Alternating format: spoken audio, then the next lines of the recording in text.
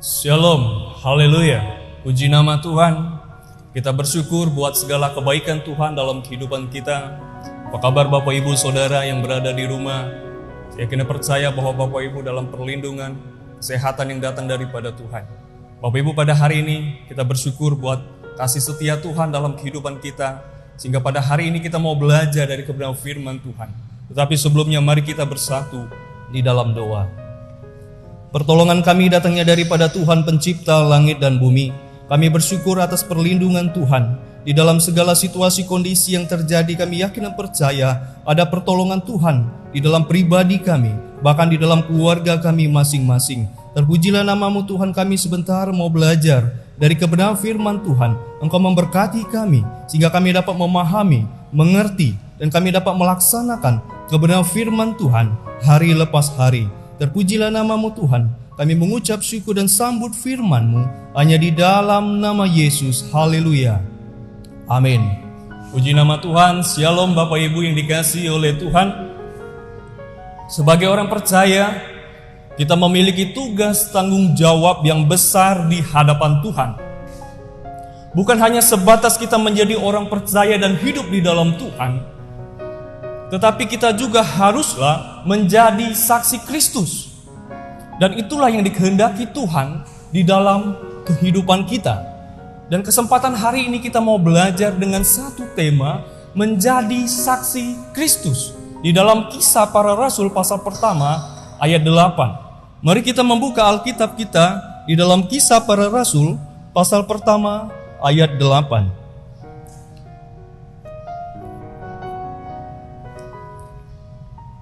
Tetapi kamu akan menerima kuasa kalau Roh Kudus turun ke atas kamu, dan kamu akan menjadi saksiku di Yerusalem dan di seluruh Yudea dan Samaria dan sampai ke ujung bumi.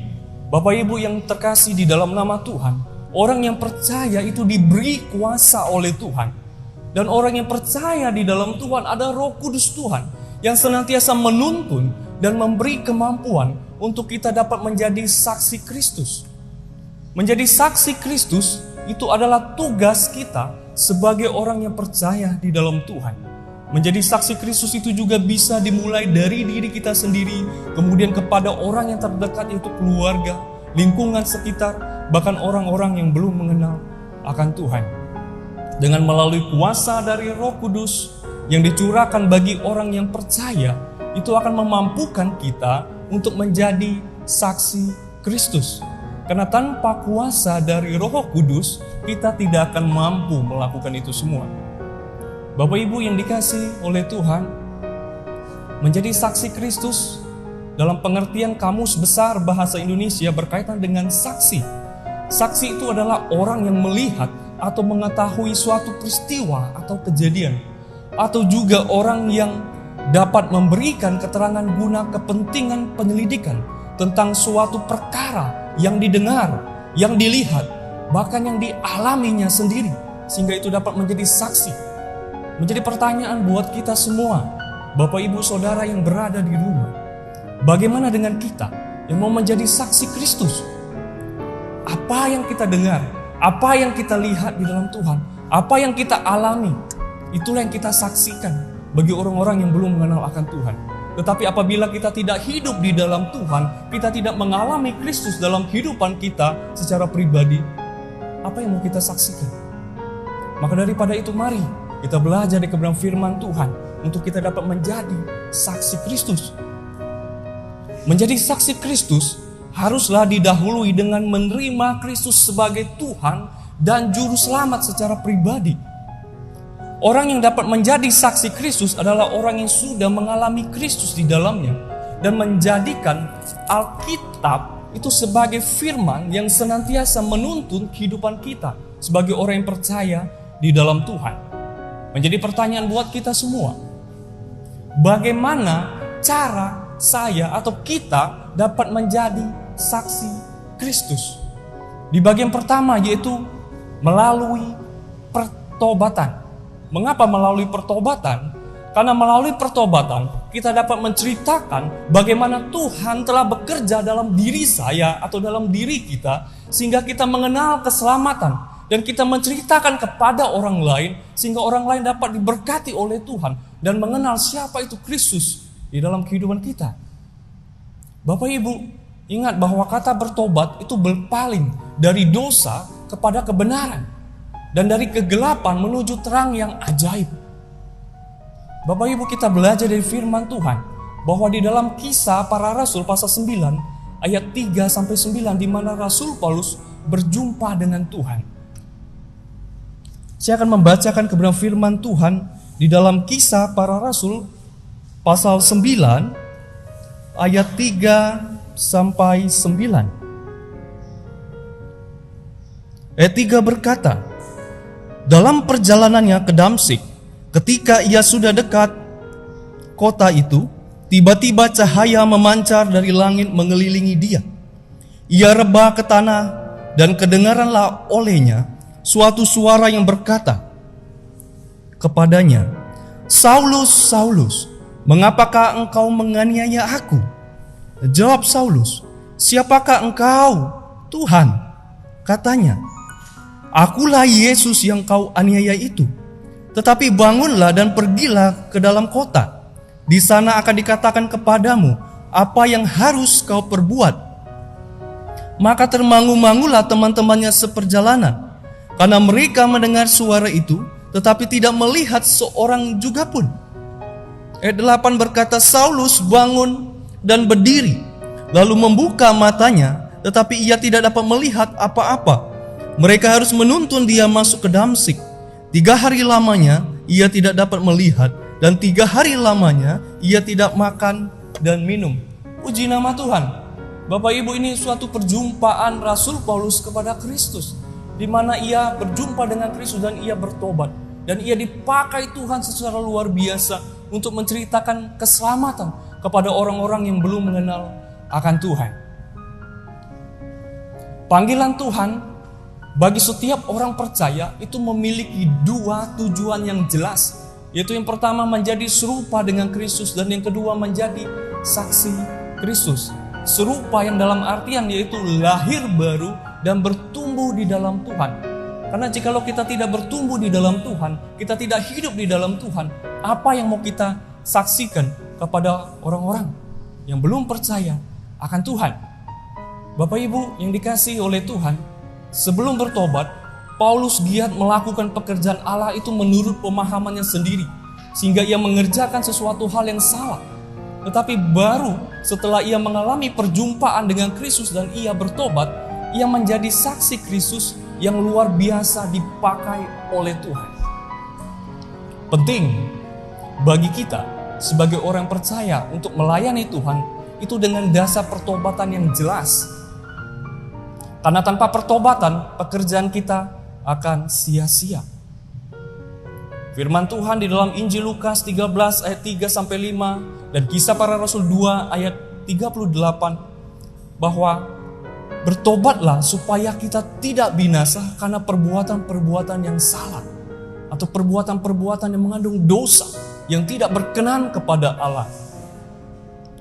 Bapak Ibu yang dikasihi Tuhan, tanpa pertobatan itu tidak ada keselamatan. Karena Kristus telah menyelamatkan kita sehingga ia mau kita kembali kepada jalan kebenaran. Bukan pada saat kita percaya kepada Tuhan, tetapi kita masih kompromi dengan yang namanya dosa. Itu kita menipu diri kita sendiri. Tetapi yang dikehendaki oleh Tuhan adalah kita bertobat, sungguh-sungguh percaya kepada Tuhan dan hidup di dalam Tuhan. Sehingga pada saat itulah kita dapat menyaksikan cinta kasih Tuhan dalam kehidupan kita secara pribadi dan kita dapat menceritakan kepada orang lain. Mari Bapak Ibu yang dikasihi oleh Tuhan, kita mengevaluasi diri kita di hadapan Tuhan. Kapan kita berjumpa dengan Tuhan secara pribadi yang telah mengubah kehidupan saya secara pribadi, yang telah menyelamatkan hidup saya, sehingga melalui itulah saya dapat menceritakan kepada orang lain. Mungkin kepada keluarga yang belum mengenal akan Tuhan, mungkin kepada tetangga, orang-orang yang terdekat, bahkan orang-orang yang Tuhan percayakan kepada kita untuk kita dapat menjadi saksi Kristus di dalam kehidupan kita. Maka daripada itu Bapak Ibu yang dikasihi oleh Tuhan, kita evaluasi diri kita di hadapan Tuhan. Kapan kita berjumpa dengan Kristus? Hal-hal apa yang sudah Tuhan lakukan di dalam kehidupan kita sampai pada saat ini. Sehingga biarlah melalui itu semua kita dapat saksikan kepada orang lain.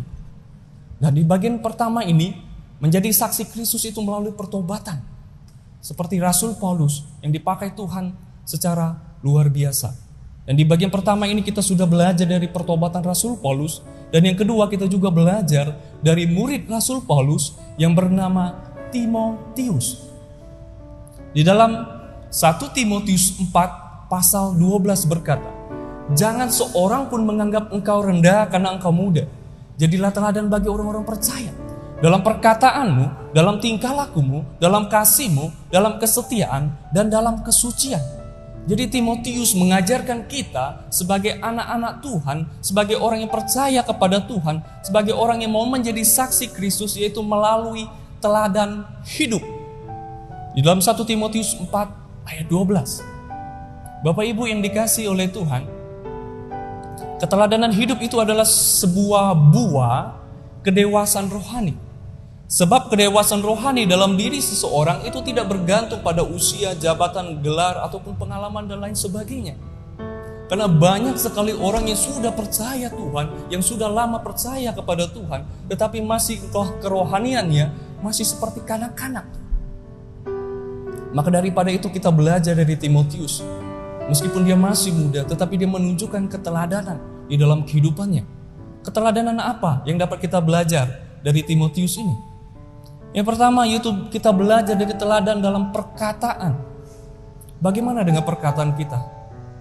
Terhadap suami, terhadap istri, terhadap anak, bahkan terhadap orang lain. Apakah perkataan-perkataan kita itu membangun? Ataukah perkataan-perkataan itu caci makian, hinaan, ataupun menghakimi orang lain?